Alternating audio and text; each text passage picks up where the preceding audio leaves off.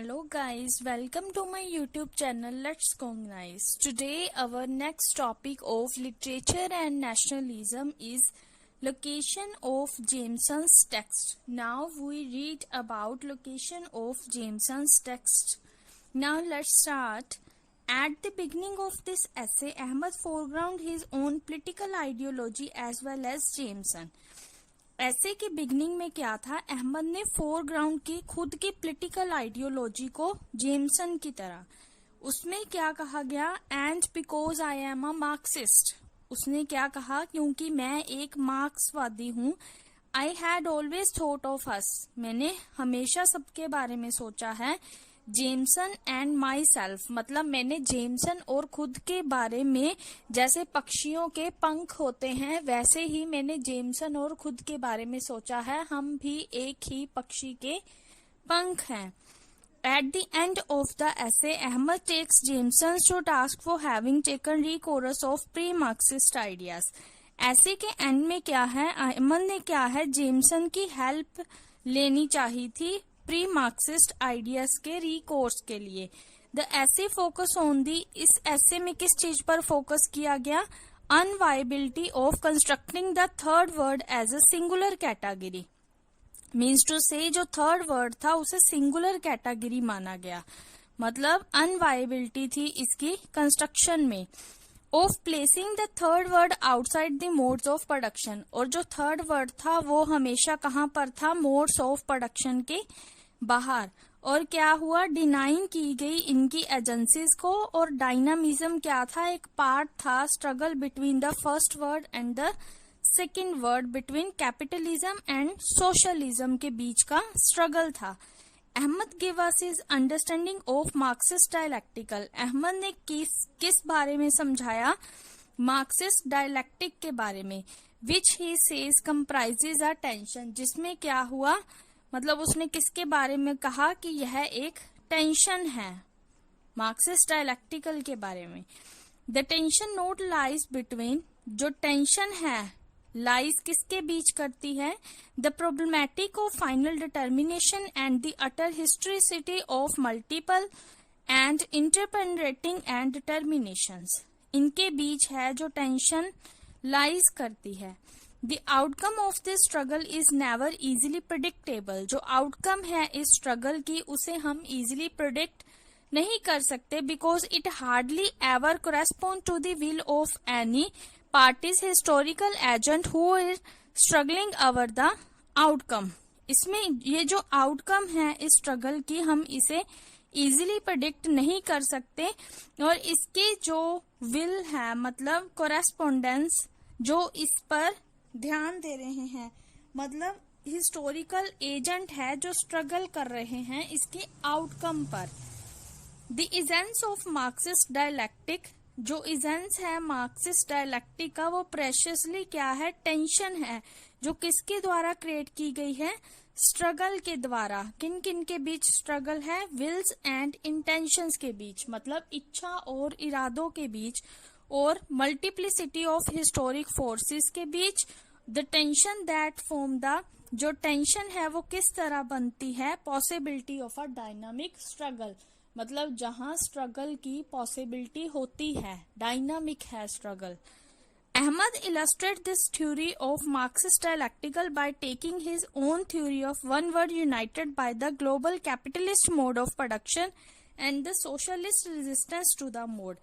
अहमद ने इस थ्योरी को किस तरह इलस्ट्रेट किया, मार्क्सिस्ट डायलैक्टिकल किसको लेकर, खुद की थ्योरी को लेकर, वन वर्ड की, जिसे किसके द्वारा यूनाइट किया गया था, global capitalist mode of production द्वारा और सोशलिस्ट द्वारा.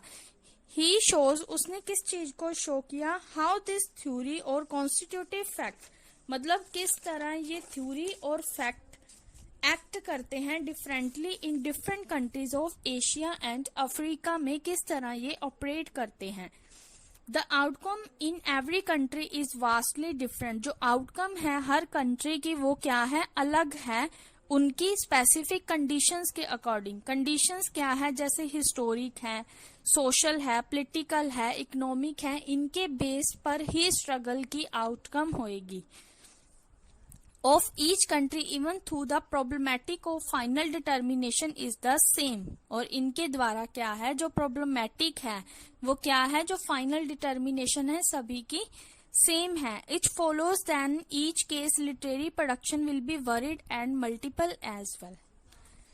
The issue of a unitary single literary production, जो इशू है यूनाइटरी और सिंगल लिटरेरी प्रोडक्शन का वो क्या है, फर्स्ट और थर्ड वर्ड से भी ज्यादा कॉम्प्लिकेटेड है, ज्यादा कम्प्लेक्स है। Literary text are produce in the context, जो लिटरेरी टेक्स्ट है उन्हें कहाँ पर प्रोड्यूस किया जाता है, कंटेक्स्ट में। किनके कंटेक्स्ट में, आइडियोलॉजिकल एंड कल्चरल क्लस्टर में। एंड इन एनालाइजिंग, और इसे एनालाइज किया जाता है किनके पीछे, प्रोडक्शन ऑफ द टेक्स्ट के पीछे। इन्हें कहाँ पर जगह दी जाती है, कंटेक्स्ट ऑफ क्लस्टर के बीच, जहां पे इनको एनर्जी मिलती है, जहां पर ये बनते हैं, फॉर्म होते हैं। If one has sufficient knowledge of this constitution of the field, अगर किसी के पास इसके रिलेटेड सफिशिएंट नॉलेज है कॉन्स्टिट्यूशन की, तो जहां पर ये टेक्स्ट इमर्ज हो रहा है, जहां पर ये टेक्स्ट उभरता है, तो वहां पर क्या है, पॉसिबल है हम इसके सिद्धांतों को स्पेसिफाई कर सकते हैं, प्रिंसिपल्स को स्पेसिफाई कर सकते हैं। Ideological formation and narrative form के प्रिंसिपल्स को अगर किसी के पास सफिशिएंट नॉलेज है इसे कॉन्स्टिट्यूट करने की, जहां पर ये टेक्स्ट इमर्ज होते हैं। But this doesn't mean that one can take the few texts that become available to the metropolitan literary critic because of the issue pertaining to language and canonicity, and then to posit a complete singularization and transparency in the process of determinacy, so that the whole ideological complexity is reduced to a single ideological formation and all narrative are read as local expression of a meta text। इसमें उन्होंने क्या बताया है कि इसका मतलब ये नहीं है कि हम कुछ भी टेक्स्ट लेके उसे अवेलेबल कर सकते हैं मेट्रोपॉलिटन लिटरेरी क्रिटिक में, क्योंकि ये जो इशू है लैंग्वेज एंड कैनोनिसिटी का है, हमें क्या है, इसकी कंप्लीट सिंगुलराइजेशन और ट्रांसपेरेंसी चाहिए होती है इसकी डिटर्मिनेंस प्रोसेस में। तो जितने भी आइडियोलॉजिकल कम्प्लेक्सिटी है वो क्या है, कम हो जाएगी सिंगल आइडियोलॉजिकल फॉर्मेशन में। जितने भी नरेटिव है वो इसे क्या है, मैटर टेक्स्ट के लोकल एक्सप्रेशन की तरह रीड करेंगे। That is to take a few text and through them impose a single factor that determine. इसमें क्या है, एक सिंगल फैक्टर को इम्पोज किया जाता है जिसमें हम डिटरमाइन कर सकते हैं कि इस टेक्स्ट के मेजर कंसर्न क्या होने चाहिए, कैसे इनको नरेट किया जाना चाहिए, how they should be narrated to reduce all ideological complexity. मतलब इसको किस तरह से एनालाइज करना चाहिए कि इसकी जो आइडियोलॉजिकल कम्प्लेक्सिटी है वो कम हो सके और क्या है, लिटरेरी टेक्स्ट की प्रोडक्शन हो सके। आई होप आपको ये इतना पैराग्राफ अच्छे से समझ आ गया। इसमें उन्होंने हमें क्या है, कल्चर क्लस्टर के बारे में, टेक्स्ट को प्लेस करने के बारे में बताया है, आइडियोलॉजिकल कम्प्लेक्सिटी के बारे में बताया है, और एक टेक्स्ट की कॉन्स्टिट्यूशन की सफिशिएंट नॉलेज होनी चाहिए उसको कंस्ट्रक्ट करने में, कॉन्स्टिट्यूट करने में। उसके लिए क्या है, एक कंप्लीट सिंगुलराइजेशन और ट्रांसपेरेंसी होनी बहुत जरूरी है डिटर्मिनेंस की प्रोसेस के अंडर, तभी आइडियोलॉजिकल फॉर्मेशन हो सकती है, आइडियोलॉजिकल कम्प्लेक्सिटी कम हो सकती है एक लिटरेरी टेक्स्ट की। आई होप यहाँ तक आपको अच्छे से समझ आ गया। नाउ हम रीड करते हैं next paragraph. To demonstrate what he means by multiple determinations at work in any text of considerable complexity, इसमें किस चीज को डिटरमाइन किया है, किससे मतलब है उनका, मल्टीपल डिटर्मिनेशन होनी चाहिए वर्क पर किसी भी टेक्स्ट के लिए जो कम्प्लेक्स कंसीडरेबल हो रहा है, मतलब जो टेक्स्ट कम्प्लेक्स है उसके लिए डिटर्मिनेशन करनी है। Ahmed now turned his analytic gaze on Jameson's own text to interrogate its culture location। Ahmad ने क्या है, अपनी खुद की एनालिटिक को चेंज कर लिया, किस पर ले गया, वो किस पर टर्न किया उसने, जेमसन के खुद के टेक्स्ट को कल्चर लोकेशन के लिए क्वेश्चंस पुट किए। As is to be expected, जो हमें लग रहा था वही उसने किया। लोकेशन के लिए क्वेश्चन पुट किए खुद की थ्योरी, जेमसन के खुद के टेक्स्ट को लेके। Ahmad find that Jameson inhabit multiple and complex spaces. Ahmad ने क्या फाइंड आउट किया? जेमसन इनहैबिट्स के मल्टीपल और कम्प्लेक्स स्पेसिस को। हमें यहाँ पर 3 मेन इंपॉर्टेंट टॉपिक दिए हुए हैं।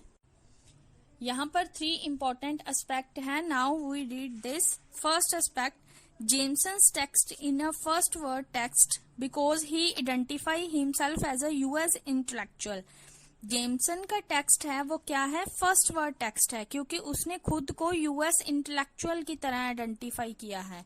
वो खुद को यूएस इंटेलेक्चुअल मानता है, but he is not the typical US intellectual. पर वह यूएस इंटेलेक्चुअल नहीं है, because he is able to juxtapose non European text, क्योंकि वह एबल है जक्सटापोज करने के लिए नॉन यूरोपियन टेक्स्ट को लिटरेरी क्रिटिसिज्म के साथ।